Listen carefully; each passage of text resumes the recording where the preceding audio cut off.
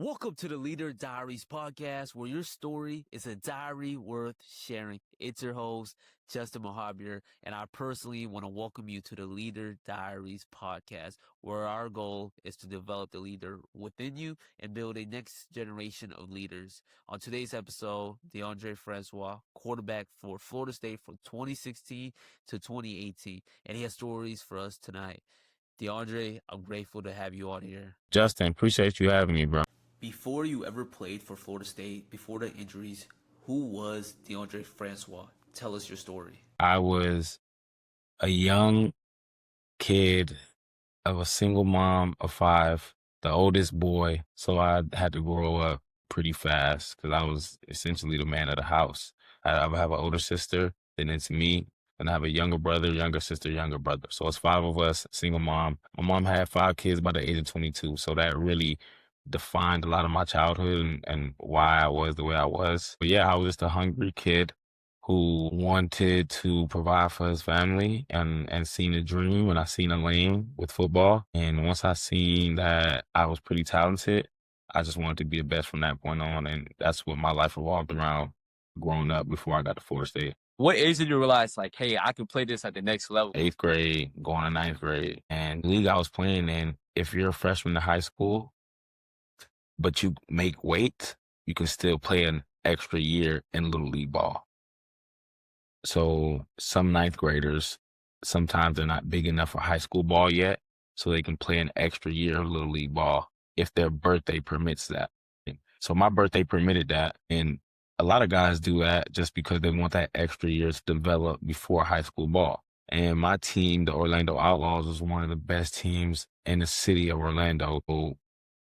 They were always on win, win, win. They wanted to win. They wanted to win championship every year. I was about to play Little League ball, and I went out to a high school practice one day. I was just being a follower, just following my homies. I wanted to go practice throwing the ball, and they were like, we're about to go out to Olympia and, go to summer workouts and try for the team. I'm like, all right, I know I'm playing Little League ball this year, but I'll go and support y'all boys. So I go out there and I see the high school players and everybody. I'm like, I don't know, man. So I'm coming in as a freshman, and I remember that day after they had their summer workouts, I started throwing the ball and playing catch. Just throwing the ball and playing catch with one of my homies, and the high school coach seen me. The high school coach was like, wait a minute, play catch with me. And I started playing catch with him, and he, right then and there, he knew what time it was. So he came to me, he was like, oh, you going to Olympia next year? And I'm like, yeah. He's like, why aren't you out here with the football team if you play football? I'm like, my mom wanted me to play Little League one more year, but my coach wasn't trying to hear none of that, right? He was like, listen, this is what we're going to do. I'll talk to your mom, blah, blah, blah, basically, because this coach was the JV starting head coach at the time. He was the JV head coach, and he was the varsity offensive coordinator. So he wanted me to be his JV starting quarterback as a freshman.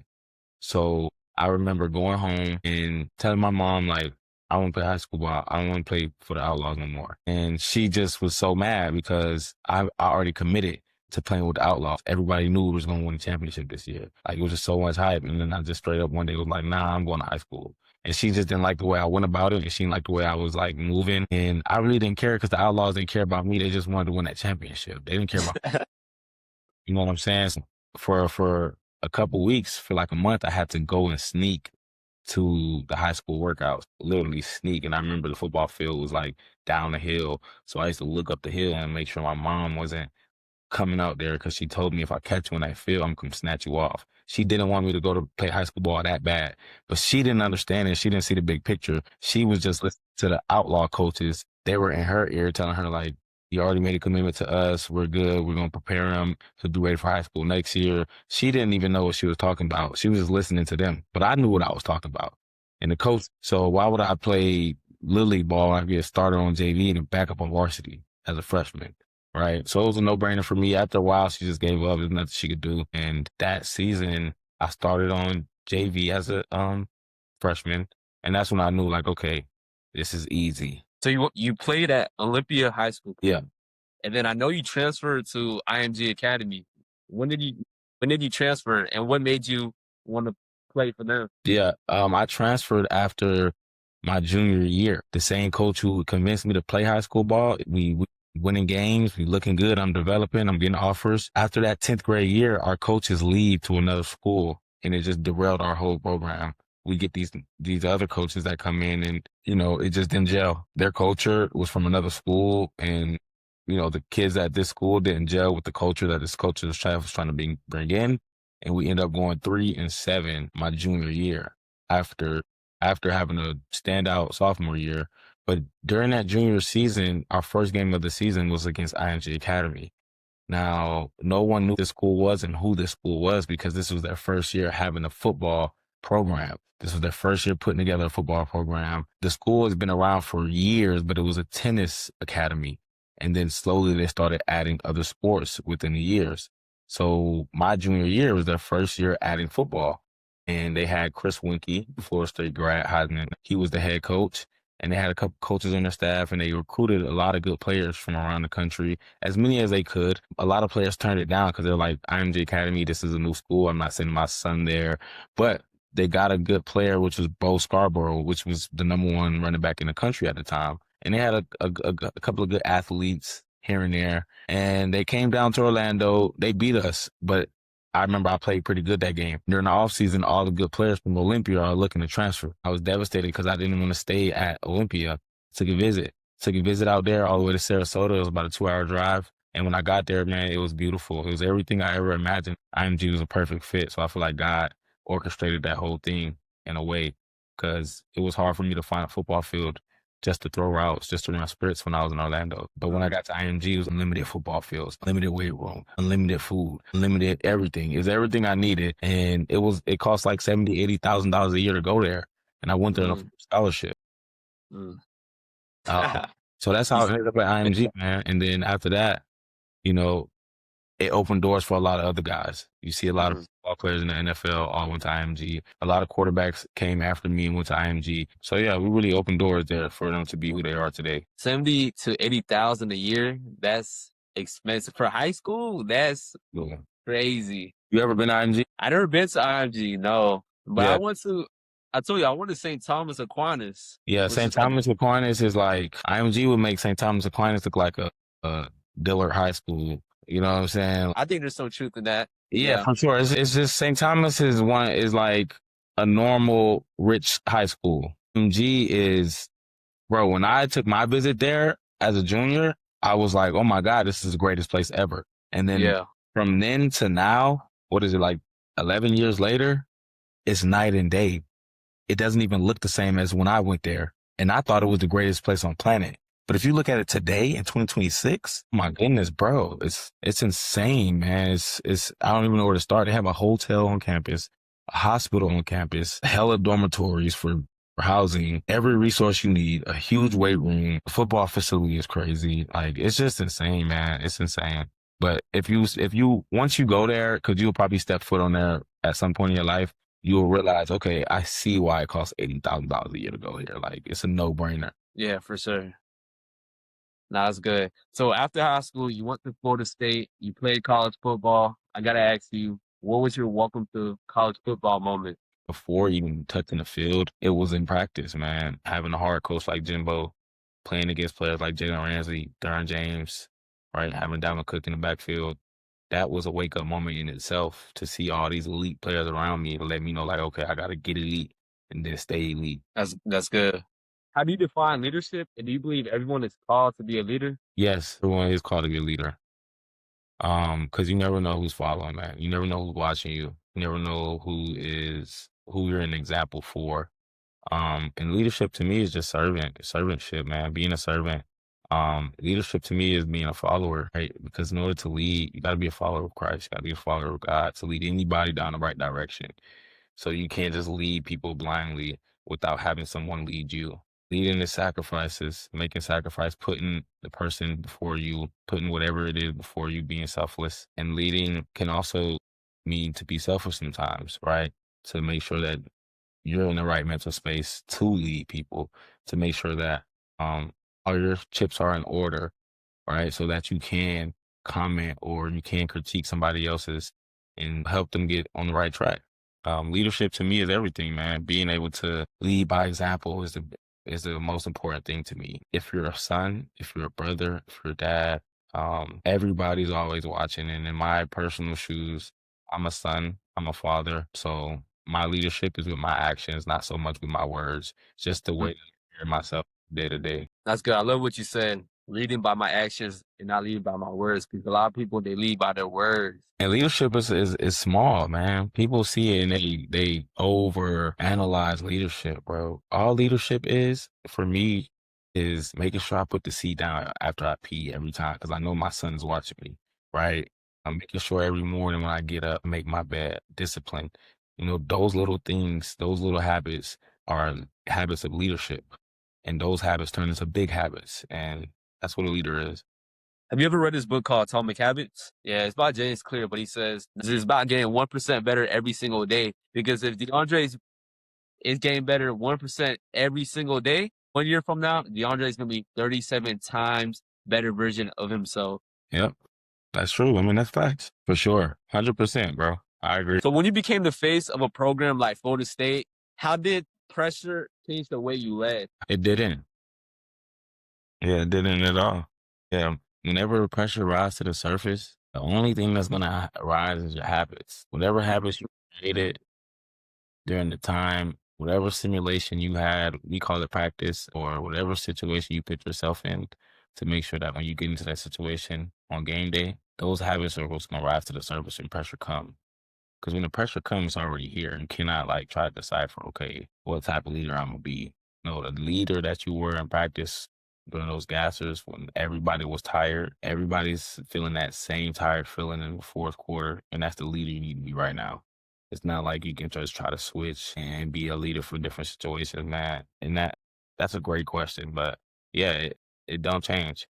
You stay the same because, like I said, man, when the bullet's flying and it's game time, it's too late. It's too late to try to figure things out. It's too late to try to make things happen. Whatever's going to happen is going to happen. And you're going to revert back to the habits that you created during the week. It's not going to be nothing magical that happens on game day that didn't happen at practice. So you're saying like you practice how you play. Yep. And the biggest thing is treating preparation as a profession. Oh, for sure. For sure. Treating the preparation right, especially with quarterback. Other positions, they should also prepare at a high level. But Stop eating food that slows you down. This is Real Fuel, smoothies, acai wraps, fresh juices, no fillers, no shortcuts, just what your body actually needs. Fruits Davy, located in the heart of Broward County, Florida. Eat fresh, move better. being a quarterback, man, it's vital. That's separate the good from the great because when you're out there and you don't feel prepared, that's when that pressure eats you alive. And at that point, it's too late to prepare. Give us like a general overview. Like, what does that look like? That preparation for a quarterback? Is it film? Like, what does that include? Yeah, preparation for a quarterback. It all depends on the day of the week. We can start at the beginning of the week, right? Starting at the beginning of the week, they introduce you to the team that you're playing, and it's constant film. Staying up late after practice, staying after practice, doing extra routes. If it's first down, second down day, making sure you're hitting all your routes on first down, second down day. And then after we get off the field, after you eat dinner, walking in on first down, second down film, seeing what tendencies you did wrong at practice. And then the other hour, you watch their film and what they did last week and the week before that.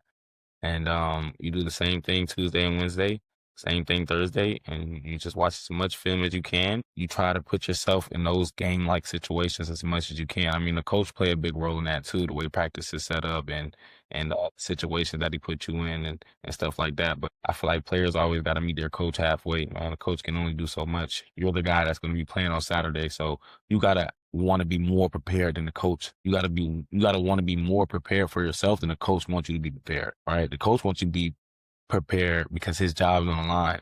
What was the greatest trial you faced in your life? It's tough. I could say growing up without a dad, it's a trial, right? In this generation, it's not easy. But I didn't look at it as a trial because when you don't grow up with a dad, it's like you don't notice that you're not growing up with a dad, if that makes sense. Like, when all you know is your mom, it's different than you having a relationship with your dad and your dad leaving. So I didn't never have a relationship with my dad. All I knew was my mom. So I wouldn't try to use that as something that was a trial that I went through. But the biggest trial was probably my knee injury. in 2017, man, and just coming back in 2018. And when I came back in 2018, I wasn't even fully recovered. I just missed the game that much. I gave the team the best chance to win, not even at 100%. So Tiger ended up starting me, but that was tough, man. That injury was super tough, mentally and physically. Physically, it was super tough. Mentally, it was even tougher. Being a guy that took so many hits in 2016 and got right back up. And then first game 2017, taking a hit and not being able to get up. That was the mental part. So that was the biggest trial, man. Coming back 2018 and playing at not even 100% with a new coach, and that was something I had to get over. How do you like bounce back from like those moments? First, you pray, right? Because it's gonna be times where you want to give up. But those times, you gotta pray, because those times God gonna carry you through. One day you're gonna wake up on times where you feel like quitting, you feel like it's not for you. But the way you do it is by understanding what you want to do. Because if you realize, like, and you ask yourself, what do you want to do, and be disciplined, and you create a system, and you create a plan to get to that, to get fully recovered. And then that's how you do it. And you just stick to your script, whatever that script is. Take it 1 week at a time, 1 month at a time, 1 day at a time. Have you heard of the saying, we don't rise to the level of our goal, but we fall to the level of our system? Yeah, definitely. So that book I told you earlier, by Atomic Habits by James Clear, Yeah. that's like one of the main emphasis on the book. One of the greatest qualities a person can have is discipline, being a person of discipline, and anybody can have that. Yeah, facts. I feel like everybody is disciplined in a sense. They just disciplined to the wrong thing. Some people are very consistent eating bad. And just like you said, with time, the results will show. So it's like, I feel like people just need direction, man. Like, you don't have a problem eating healthy. That's not your issue. Your issue is being consistent eating healthy. You can eat healthy for a week, but it's about being consistent. And then it's like, I used to be a personal trainer, and I had clients, man, and I would just look at them and I would ask them, like, do you really want this? Like, does your body now make you feel worse when you look in the mirror? And then they would be like, yeah. And then and before we do anything, I have that conversation with them before we pick up a weight. Because if you don't really want to do it, at some point throughout this program, you're going to give up. You're going to give in. You're going to cheat on a diet. You're going to miss a workout. But if you look in the mirror and you really want to change, you sitting there tired of it, then you will change. That's why I tell people all the time, like, one day you'll look in the mirror and you'll be like, okay, it's time. And people that want to work out and just can't seem to figure out, it's because they don't want to. It's because they don't want it that bad. But if you really want to lose 40 pounds that bad, you will figure it out. You'll figure out a way. If the doctor told you got 6 months to live, if you don't lose 40 pounds, those 40 pounds will be gone in 2 weeks. But that's just people. They don't that bad. You know what I'm saying? So. Now that's so true. Okay, lightning round. Quick answers for first thought. Favorite leadership quote. So what? Now what? What truth took you the longest to accept? You have to forgive someone in order to heal. Fill in the blank. Leadership fails when words and actions don't match. So when the clock hits 0, how does Deondre Francois want to be remembered as? Man, I don't know. I'm still trying to figure it out. I'm still building, man. My birthday is next week. I'll be 29. To be a follower of Christ, let God lead my steps, have a beautiful, strong wife that I can lead, and so that she can lead my family, raise strong, beautiful children, and go to heaven. If I could do that, I'm perfectly fine with everything. And obviously, leaving an inheritance, I feel like that's a huge deal that a lot of people in my community downplay, and that's why we are in constant poverty, because we don't believe in leaving a legacy or leaving things behind for our family. So I'm big on that. But yeah, that's how I want to be remembered. This is the Leader Diary podcast, where your story is a diary worth sharing.